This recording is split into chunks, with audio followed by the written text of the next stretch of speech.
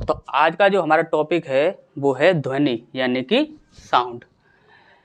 इस चैप्टर से संबंधित एग्जाम में काफ़ी सारे क्वेश्चंस पूछे जाते हैं और आप अच्छे से इस बात को जानते हो। ऐसा कोई स्टूडेंट जिसे साइंस समझ ना आती हो या ऐसा कोई स्टूडेंट जिसने साउंड चैप्टर पहले कभी ना पढ़ा हो, तो हम इस टॉपिक को बिल्कुल ही बेसिक से पढ़ेंगे। वो स्टूडेंट भी इजीली हार्ड क्वेश्चन तक के आंसर इजीली दे पाएंगे। इजी क्वेश्चन के आंसर तो हर कोई दे देता है, लेकिन हार्ड क्वेश्चंस के आंसर भी इजीली दे पाएंगे, ये हमारा आपसे वादा है। तो स्टार्ट करते हैं आज का हमारा ये टॉपिक। और दूसरी बात, जो क्वेश्चंस एग्जाम में बन रहे हैं वो किन पॉइंटों से बन रहे हैं, उन पॉइंटों को हम साथ के साथ देखते चलेंगे। और जो क्वेश्चंस बार बार रिपीट कर रहे हैं हम साथ के साथ आपको बताते चलेंगे कि ये कौन से क्वेश्चन है। तो स्टार्ट करते हैं। तो सबसे पहला हमारा पॉइंट है ध्वनि क्या है। तो ध्वनि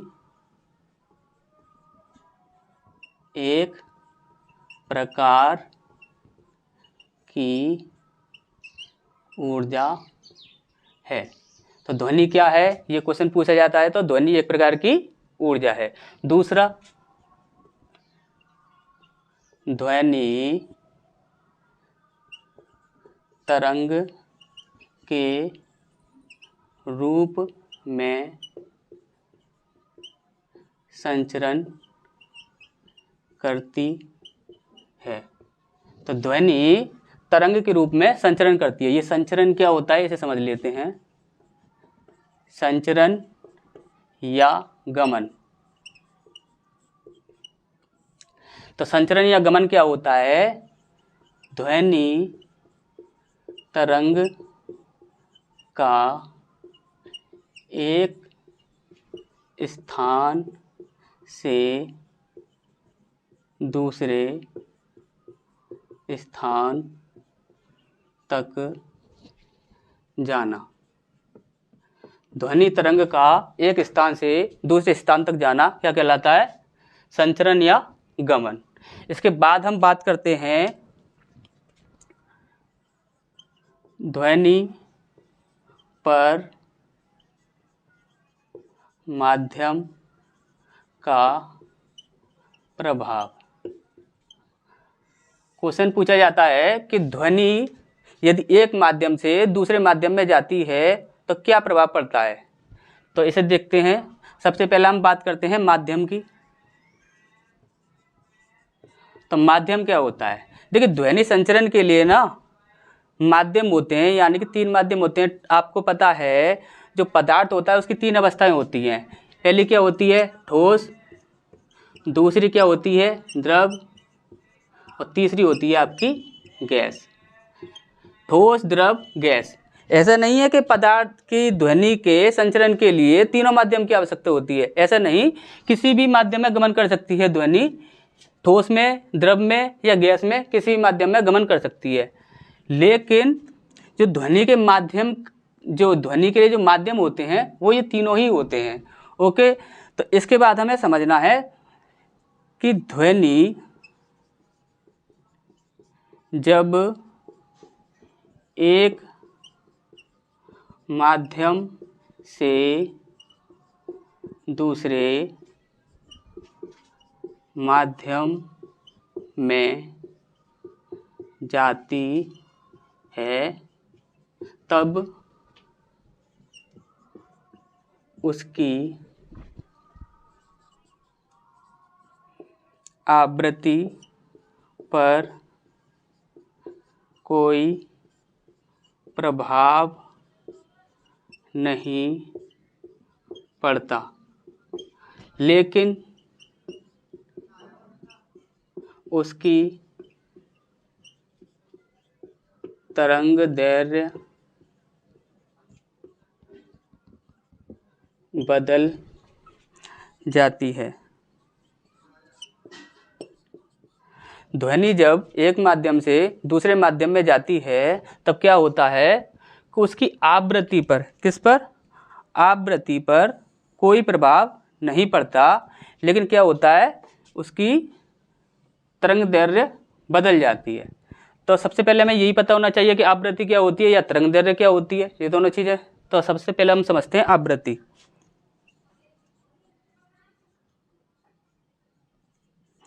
आवृत्ति क्या होती है। तो आवृत्ति को समझते हैं तो ये होता है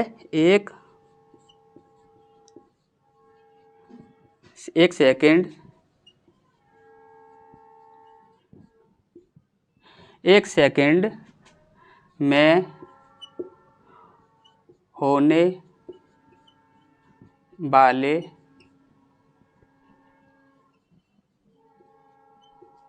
कंपनों की संख्या। यदि ध्वनि तरंग किसी माध्यम से गुजर रही है, मान के चलिए अब वायु वाले माध्यम से गुजर रही है, वायु से गुजर रही है, तो वायु में बहुत सारे कण होते हैं, धूल मिट्टी के कण, जल वाष्प के कण, और तुम्हारे बहुत सारी गैसें पाई जाती हैं, ऑक्सीजन, कार्बन डाइऑक्साइड, तो विभिन्न प्रकार के कण पाए जाते हैं। तो उन कणों के द्वारा क्या होता है, कंपन होता है। उन कणों के द्वारा जो कंपन होता है, तो एक सेकंड में जो कंपनों की संख्या होती है, एक सेकंड में जो कंपनों की संख्या होती है, उसे कहते हैं हम आवृत्ति। इसे यदि प्रदर्शित करने की बात करें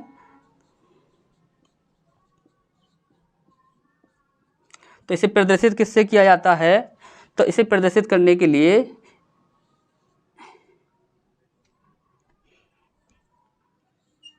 इसे कहते हैं हम न्यू का प्रयोग किया जाता है।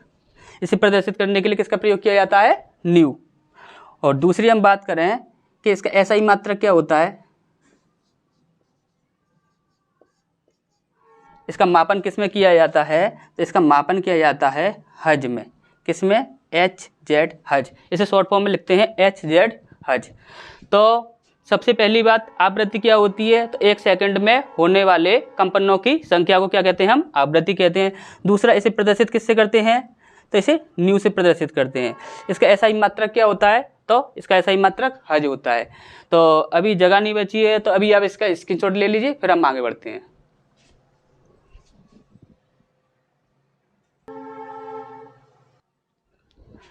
तो अभी हमने देखा था आवृत्ति क्या होती है, तो एक सेकंड में होने वाले कंपनों की संख्या को आवृत्ति कहते हैं, जिसे हम हज में मापा जाता है, और इसको प्रदर्शित करने के लिए न्यू का प्रयोग किया जाता है, न्यू मार्क का प्रयोग किया जाता है। इसके बाद हम बात करते हैं दोलन। अभी हमने पढ़ा था कि दोलन यानी कि एक सेकंड में होने वाले कंपनों की संख्या। तो कंपन किसे कहते हैं, इसे समझ लेते हैं। कंपन या दोलन, कंपन या दोलन क्या होता है, तो इसे हम समझते हैं। मानिए ये एक ध्वनि तरंग है, ये एक ध्वनि तरंग है। तो ये वाला मान के चलिए ये एक पॉइंट है, इसे हमने माना A, और ये जो एक पॉइंट है इसे माना हमने B, और ये जो पॉइंट है इसे माना हमने C। देखिए ये जो ऊपर वाले जो हिस्से होते हैं, ऊपर वाले जो हिस्से होते हैं, इनको कहते हैं हम शिखर, या इन्हें हम कह सकते हैं स्रत। और दूसरा, ये जो नीचे वाले जो हिस्से होते हैं, ये जो दिख रहा है आपको और ये जो दिख रहा है आपको, तो इसे हम क्या कहते हैं, इसे हम कहते हैं गर्त। ओके, तो ये होता है आपका शिखर और ये होता है आपका गर्त। शिखर नीचे वाला, ऊपर वाला, सॉरी ऊपर वाला शिखर और नीचे वाला गर्त। तो होता क्या है कि एक शिखर और एक गर्त, एक शिखर और एक गर्त की कुल जो लंबाई होती है उसे हम कहते हैं दोलन। जैसे कि कंपन या दोलन कितना हो जाएगा, AC कंपन या दोलन की कुल लंबाई कितनी हो जाएगी, AC। तो यहाँ से लेकर यहाँ तक ये जो कुल लंबाई है ये हमारी क्या कहलाती है, दोलन। इसके बाद हम समझते हैं तरंग दैर्घ्य। यहाँ से हमने पढ़ा था ध्वनि जब एक माध्यम से दूसरे माध्यम में जाती है तब उसकी आवृत्ति पर कोई प्रभाव नहीं पड़ता, लेकिन उसकी तरंग दैर्घ्य बदल जाती है। आवृत्ति के बारे में समझ लिया, दोलन या कंपन के बारे में समझ लिया, अब समझते हैं तरंग दैर्घ्य। तो तरंग दैर्घ्य जो होती है हमारी,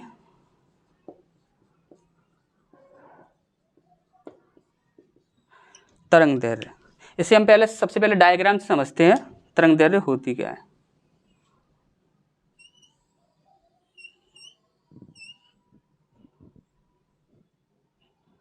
तरंग दैर्घ्य क्या होती है, तो हमें पता है कि ये ऊपर वाले जो हिस्से होते हैं ये शिखर कहलाते हैं या सिरत कहलाते हैं, और जो नीचे वाले होते हैं ये गर्त कहलाते हैं।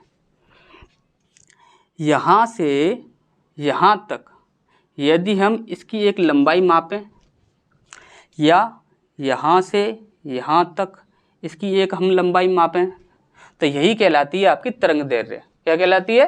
तरंग दैर्घ्य। तो इसे हम कैसे लिख सकते हैं? जैसे दो शिखरों या दो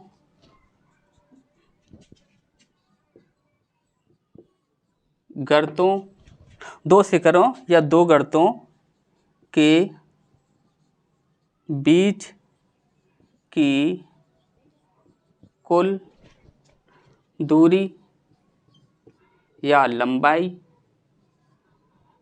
क्या कहलाती है? तरंग दैर्घ्य।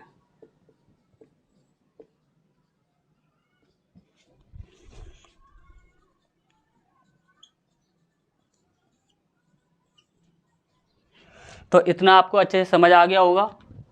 तो अभी आप इसका स्क्रीनशॉट ले लीजिए, फिर इसके बाद आगे बढ़ते हैं।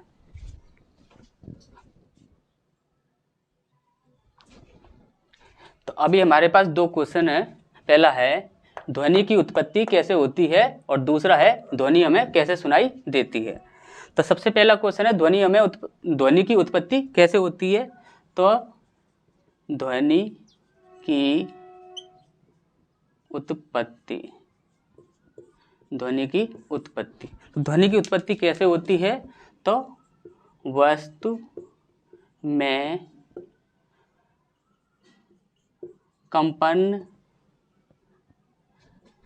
या दोलन के द्वारा ध्वनि उत्पन्न होती है। दूसरा क्वेश्चन है ध्वनि हमें कैसे सुनाई देती है। तो देखिए, ध्वनि जो सुनाई देने का जो कारण होता है वो होता है, सेकंड लिख देते हैं, सेकंड। तो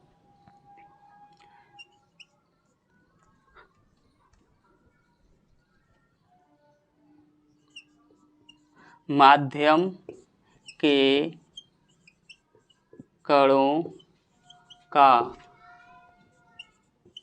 विक्षोभ जब हमारे कानों तक पहुंचता है तब हमें ध्वनि सुनाई देती है। तो ध्वनि हमें कब सुनाई देती है? जब माध्यम के कणों का विक्षोभ, माध्यम के कणों का विक्षोभ जब हमारे कानों तक पहुंचता है तब हमें ध्वनि सुनाई देती है। अब ये विक्षोभ क्या होता है? विक्षोभ, विक्षोभ को समझते हैं हम। मानिए एक व्यक्ति है, ये एक व्यक्ति है, ये यहाँ पर खड़ा हुआ है, और एक ये व्यक्ति है,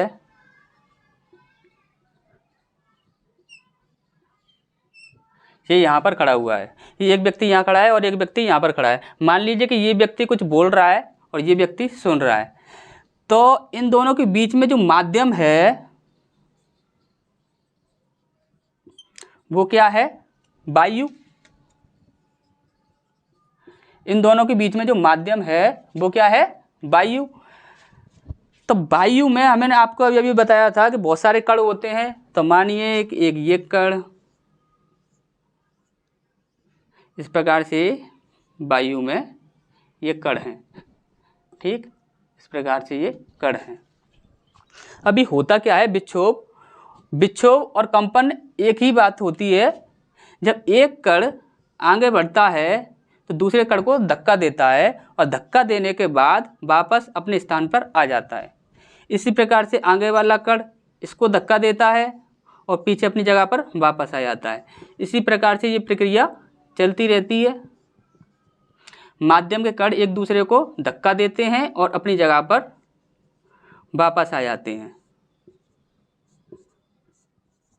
माध्यम के कणों का आगे वाले कण को धक्का देकर वापस अपनी जगह पर आना, यही होता है कंपन और एक विक्षोभ। इसी को कहते हैं हम विक्षोभ। तो ये यहाँ से इस व्यक्ति ने कुछ बोला तो यहाँ से तरंग जनरेट होती है।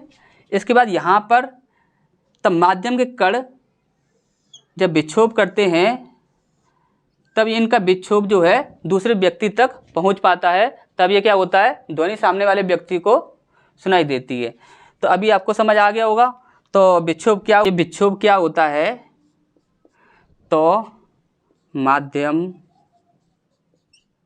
के कणों का एक दूसरे को धक्का देकर वापस अपने स्थान पर आना, जिससे ध्वनि संचरण यानी कि एक स्थान से दूसरे स्थान तक जाना संभव होता है।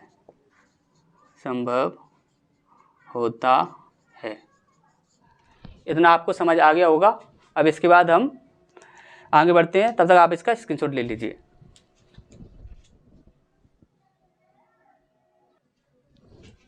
तो अभी जो हमें पढ़ना है वो है ध्वनि की प्रकृति। तो ध्वनि की प्रकृति क्या होती है, अगर क्वेश्चन आता है कि ध्वनि की प्रकृति क्या है, तो वो होती है तरंग यानी कि वेव। ध्वनि की जो प्रकृति होती है वो होती है तरंग। अब तरंग जो होती हैं, जो वेव जो होती हैं, वो काफ़ी प्रकार की होती हैं, जैसे कि आपकी ध्वनि तरंग, रेडियो तरंग, प्रकाश तरंग, तो काफ़ी सारी तरंगें होती हैं। तो इनमें से ध्वनि तरंग क्या होती है और तरंग कितने प्रकार की होती हैं, ये समझ लेते हैं। तो सबसे पहला है हमारा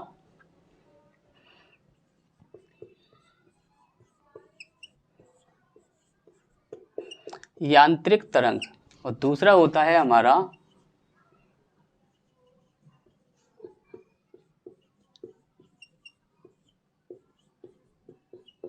अयांत्रिक तरंग। अयांत्रिक तरंग को हम एक और नाम से जानते हैं, वो होता है आपका चुंबकीय तरंग। एक होती है आपकी यांत्रिक तरंग और एक होती है आपकी अयांत्रिक यानी कि चुंबकीय तरंग। यदि अगर इनको पहचानना है तो इन्हें कैसे पहचानेंगे, तो सबसे पहला जिनके संचरण के लिए माध्यम की आवश्यकता हो। यांत्रिक तरंगें वो तरंगें होती हैं जिनके संचरण के लिए माध्यम की आवश्यकता होती है, और अयांत्रिक तरंगें जिनके संचरण के लिए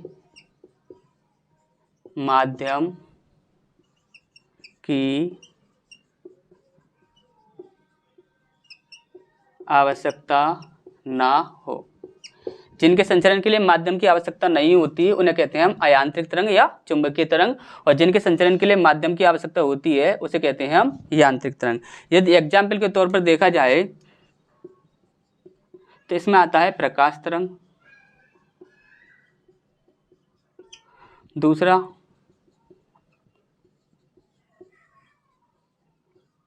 चुंबकीय तरंग। प्रकाश तरंग और चुंबकीय तरंग किस में आती हैं, अयांत्रिक तरंग या फिर चुंबकीय तरंग में। इसकी बात की जाए तो यांत्रिक तरंग जो होती है इसे दो भागों में बांटा जाता है। पहला अनुप्रस्थ तरंग और दूसरा अनुदैर्ध्य।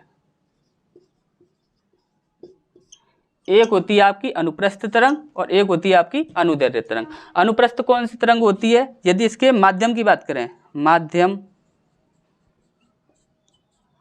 तो इसका माध्यम होता है ठोस और केवल द्रव की सतह पर संचरण। अनुप्रस्थ तरंग जो होती है इसका जो संचरण होता है वो कहाँ पर होता है? ठोस और केवल द्रव की सतह। ठोस और केवल द्रव की सतह, इन दो माध्यमों में ही संचरण करती है, वो भी ठोस और केवल द्रव की सतह पर ही करेगी। इसके बाद हम इसकी बात करें अनुदैर्ध्य तरंग की। इसका माध्यम क्या होता है? तो तीनों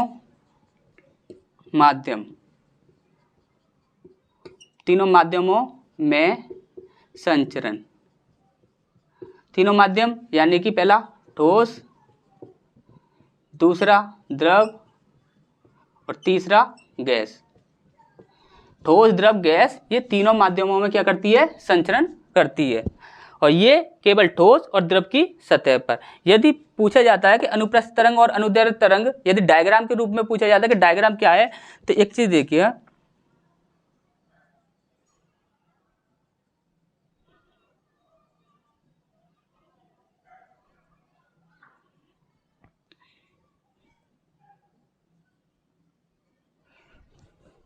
और इसका जो डायग्राम होता है वो होता है आपका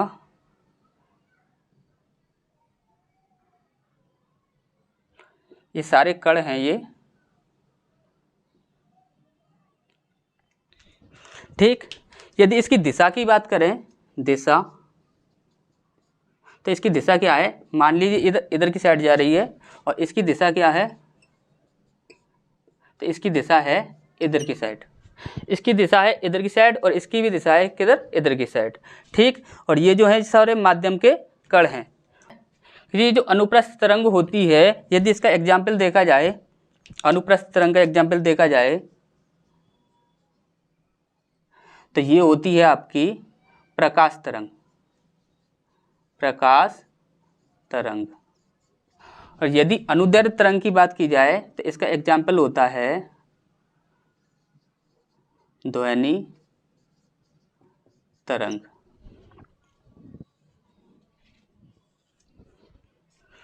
अभी आपके सामने एक क्वेश्चन आता है कि जो अनुप्रस्थ तरंग होती है, ये प्रकाश तरंग होती है, इसके बाद अयांत्रिक तरंग जो होती है, इसमें भी आपका प्रकाश तरंग होता है।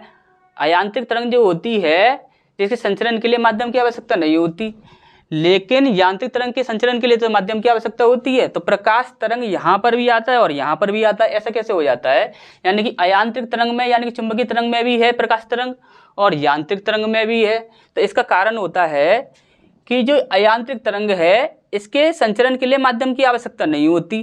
तो जो प्रकाश होता है इसे आप कोई माध्यम दो या ना दो, फिर भी वो संचरण करेगा। यानी कि मान लीजिए क्वेश्चन पूछा जाता है, जैसे प्रकाश, अब प्रकाश तो अभी हम नहीं पढ़ा रहे हैं, लेकिन जब प्रकाश पढ़ाएंगे तब आप देखना कि क्वेश्चन पूछा जाता है कि चंद्रमा पर एक व्यक्ति जब दूसरे व्यक्ति को कोई भी आवाज़ करता है तो सामने वाला व्यक्ति क्यों नहीं सुन पाता है? तो इसका मतलब क्या होता है कि जो ध्वनि तरंग जो होती है उसके लिए सिर्फ माध्यम की आवश्यकता होती है, वो निर्वात में गमन नहीं कर सकती। लेकिन ये जो चुंबकीय तरंग होती है ये निर्वात में भी गमन कर सकती है।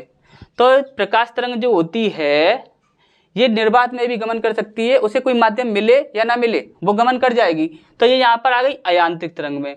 इसके बाद हम बात करें यांत्रिक तरंग की, तो यांत्रिक तरंग में हमने आपको ये बताया था अनुप्रस्थ तरंग जो होती है उसे ना सिर्फ दो माध्यमों में गमन करती है, पहला होता है ठोस और केवल द्रव की सतह।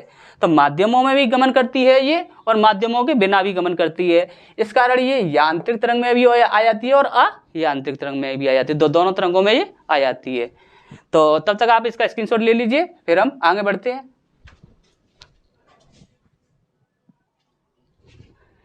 तो अभी हमारे सामने कोण या एंगल के आधार पर तरंग के प्रकार हमें ये पढ़ना है।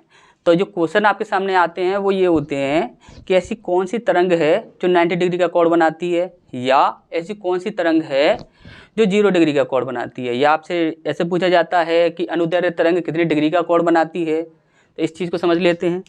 सबसे पहला है आपका अनुप्रस्थ तरंग।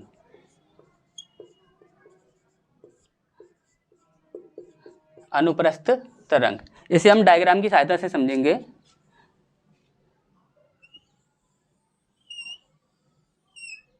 ये एक तरंग है। अब कभी भी देखिए कि यहाँ पर अभी हम एक अभिलंब डाल दें या यहाँ पर एक अभिलंब डाल दें, तो ये यहाँ पर अभिलंब के साथ कितने डिग्री का कोण बना रही है, ये यहाँ पर 90 डिग्री का कोण बनाती है, और यहाँ पर ये भी 90 डिग्री का कोण बनाती है। तो हम कह सकते हैं कि वह तरंग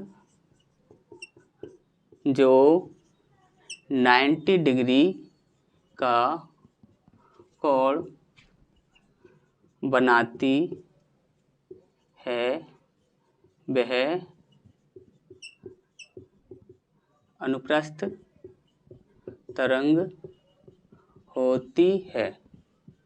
ठीक है, तो अनुप्रस्थ तरंग कितने डिग्री का एंगल बनाती है, तो अनुप्रस्थ तरंग 90 डिग्री का एंगल बनाती है। अभी बात करते हैं हम अनुदैर्ध्य तरंग की।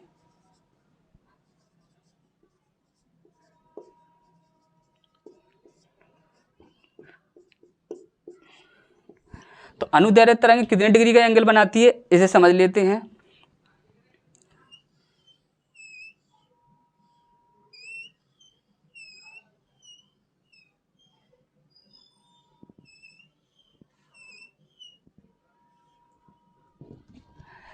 तो होता क्या है, जो अनुदैर्ध्य तरंग, जो अनुप्रस्थ तरंग होती है उसकी प्रकृति इस प्रकार से होती है, ये इस प्रकार से गमन करती है, और जो अनुदैर्ध्य तरंग जो होती है वो इस प्रकार से गमन करती है।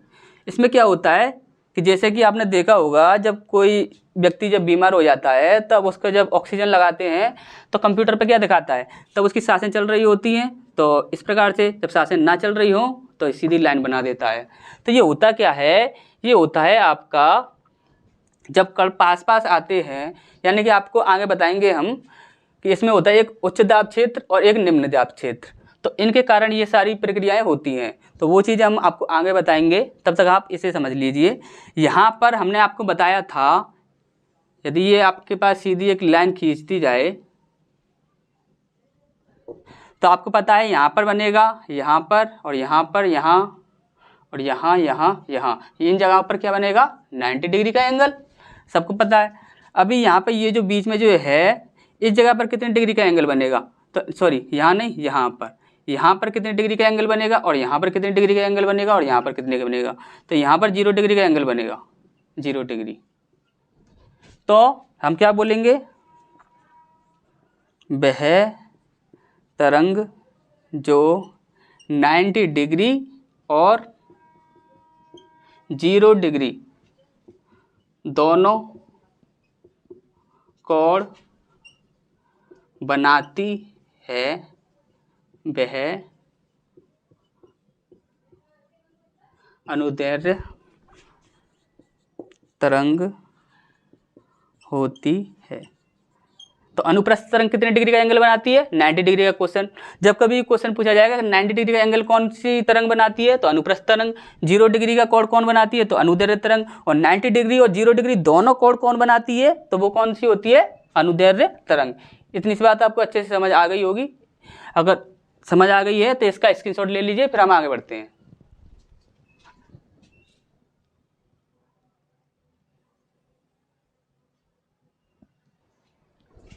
तो अभी जो हमें पढ़ना है वो है आवृत्ति के आधार पर तरंग के प्रकार। तो आवृत्ति को यदि हम बोलें तो मापन किसमें किया जाता है, आवृत्ति को मापन किसमें किया जाता है, हज में। ओके, तो यहाँ पर ये 3 प्रकार की होती हैं, पहला, दूसरा, तीसरा। तो पहली होती है आपकी 0 हज से 20 हज तक। उसके बाद होती है आपकी 20 हज से 20,000 हज तक। इसके बाद होती है आपकी 20,000 हज से ऊपर, 20,000 हज से ऊपर। यहाँ पे जो क्वेश्चन होता है वो ये कहलाता है कि मनुष्य के लिए श्रव्य तरंगें कौन सी होती हैं, या अश्रव्य तरंगें कौन सी होती हैं, या पराश्रव्य तरंगें कौन सी होती हैं। दूसरी प्रकार से जो क्वेश्चन पूछा जाता है वो पूछा जाता है कि चमगादड़, कुत्ते, बिल्ली किन तरंगों का प्रयोग करते हैं। तो यहाँ पर वही चीज़ें होती हैं, यहाँ से सबसे ज़्यादा क्वेश्चन पूछे जाते हैं। तो ये चीज़ आपको मोस्ट इंपोर्टेंट याद रखनी है। सबसे पहली बात तो यही है। तो पहला 0 से 20 हज तक, तो 0 से 20 हज तक की जो ध्वनि तरंगें होती हैं ये अश्रव्य तरंगें होती हैं।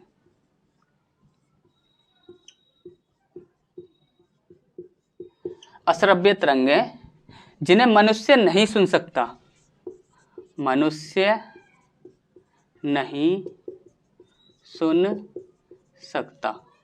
ओके, ये मनुष्य के सुनने के लिए नहीं होती हैं। इसके बाद आती हैं 20 हज से 20,000 हज तक, ये तरंगें कहलाती हैं आपकी श्रव्य तरंगें।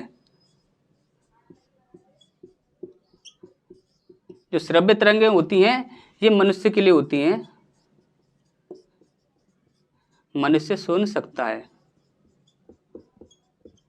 जो मनुष्य सुनता है वो ये वाली तरंगें होती हैं। 20 से 20,000 हज तक की जो ध्वनि तरंगें होती हैं उन्हें मनुष्य सुनता है। अब इसके बाद आती है 20,000 से ऊपर, तो ये जो होती हैं ये पराश्रव्य तरंगें कहलाती हैं।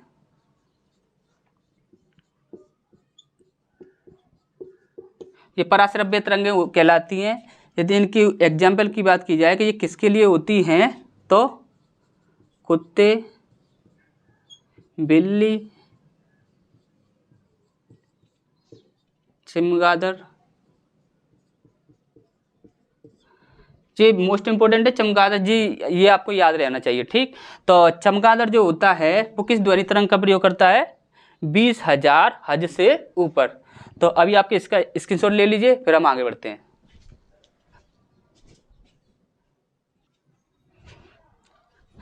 अभी हमें लगता है कि वीडियो कुछ ज़्यादा लंबा हो रहा है, तो ऐसा करते हैं इस क्लास को यहीं पर समाप्त करते हैं, फिर मिलते हैं नेक्स्ट क्लास में।